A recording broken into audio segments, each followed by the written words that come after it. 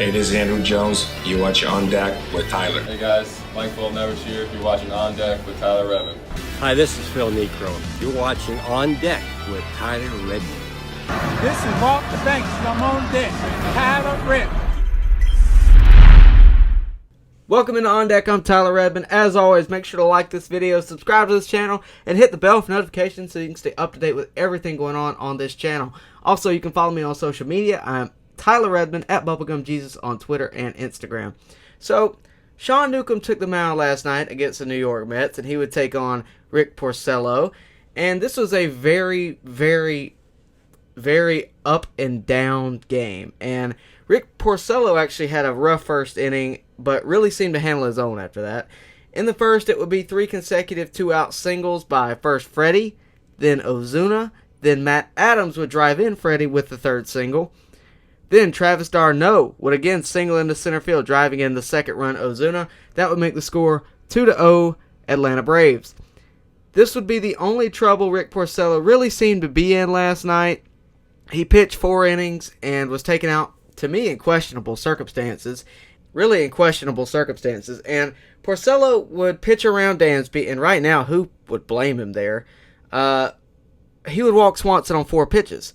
So with Swanson at first, Freeman would hit a fly ball to shallow left field, and that ball was not caught by J.D. Davis to put runners on first and second with no one out. So, Rick Porcello would then be taken out of the game off of an error of J.D. Davis. He would not be happy about it. With 2 runners on and no outs, he was taken out. He gave up 5 hits, 3 earned runs, and 3 walks, and he got 5 strikeouts. The third earned run being scored after he was taken out. And the Mets offense really helped Porcello out. They scored 10 runs last night. I mean, if that doesn't win you a ball game, what's going on? In the top of the 4th, J.D. Davis would hit a 2-run bomb off of Sean Newcomb. That would tie it up.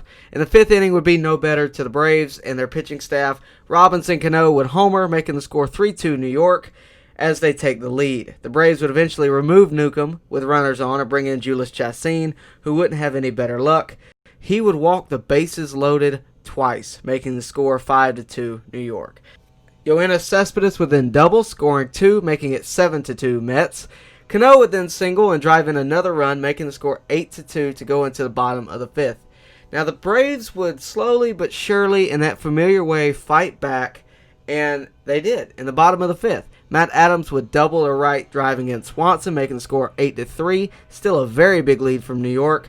d'Arnaud would come in and he would single to deep right. Freeman scores 8-4 Mets. Matt Adams would move to third on that. Then Austin Riley would ground into fielder's choice, but he would be safe at second after a botched throw to first, and that would make the score 8-5 after Matt Adams scored. So it's looking like a ball game again. The Braves seem to be coming back.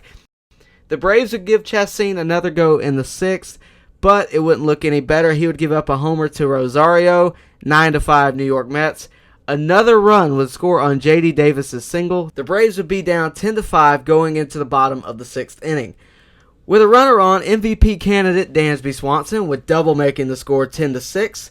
The 7th inning was rather quiet on both sides, but for the Braves, you can credit Tyler Matzik. He'd come in and he'd get 2 strikeouts and give up no hits and no walks. So in the 8th inning, the Mets were quiet again, against Grant Dayton. But the same cannot be said about the Atlanta Braves. Again, Swanson would come back up, and he'd get another RBI scoring Hechavarria, 10-7 Mets.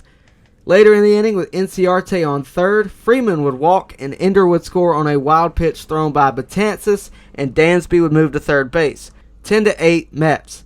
And of all people on the Braves, the former Met would come up, Travis d'Arnaud, and he would hit a deep double to deep right, scoring Ozuna. Swanson and Freeman, 11-10 Braves. And of course, Chris Martin would shut him down to finish off the game. But these are the kind of games I miss. If you're a Braves fan, you're familiar with how they come back in late innings. And yes, there were problems. The Braves won in spite of their pitching performances. I understand that. But what a night for Travis d'Arnaud. I spoke about him the other day, and what an impact he has made since he's returned. I mean, it's only been a couple of games, and he's already making impacts like this. He had a 5 RBI game last night. Just think about that for a second. Last night, he had 3 hits, got a walk, and again, had 5 RBIs. Here in Atlanta, we'll take that. So, Dansby Swanson, who has had the reputation over the past couple of years of being streaky. He can only perform for a couple of games and then he falls off.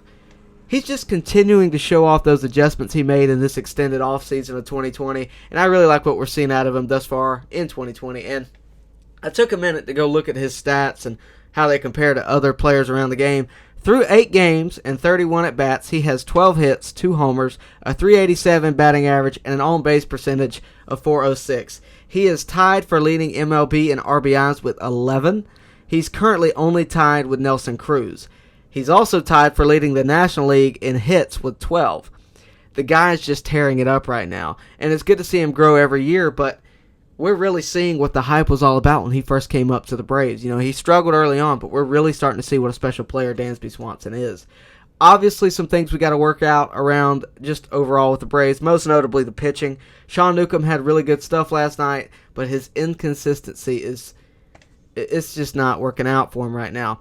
With 4.1 innings pitched, he gave up 6 hits, 6 earned runs, had a walk, and he got 4 strikeouts. One thing I can say, he's not walking a lot of people. He only had 1 walk over 4 innings last night.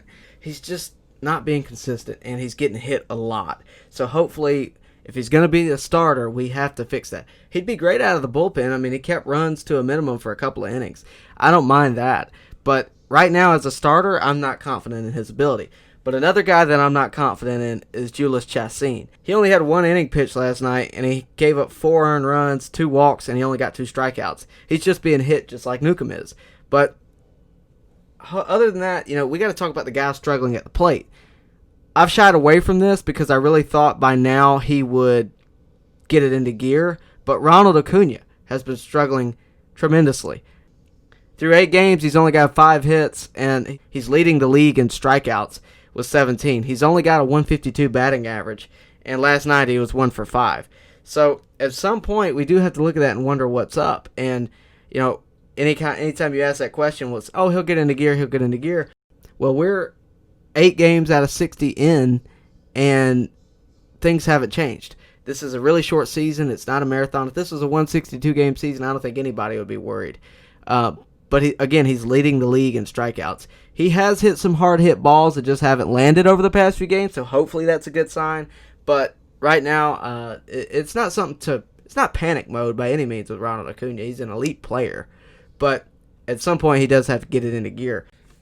But that's all I got for today, so stay tuned this week for more content like this. You can see a recap of tonight's game. Tuki Toussaint takes the mound for the Braves. You can see a recap of that game tomorrow, but to make sure you know when that drops, make sure you like this video, you subscribe to this channel, and you hit the bell for notifications so that you can stay up to date with all things Atlanta Braves baseball. Also, you can follow me on social media, Tyler Redmond, at BubblegumJesus, that is on Twitter and Instagram. And, of course, you can share this on social media. That always helps this channel. Share it on Twitter, share it on Facebook, share it on Instagram. Wherever you can share it, do that. It really helps me out. But again, that's all I got for today, so I'll see you next time on deck.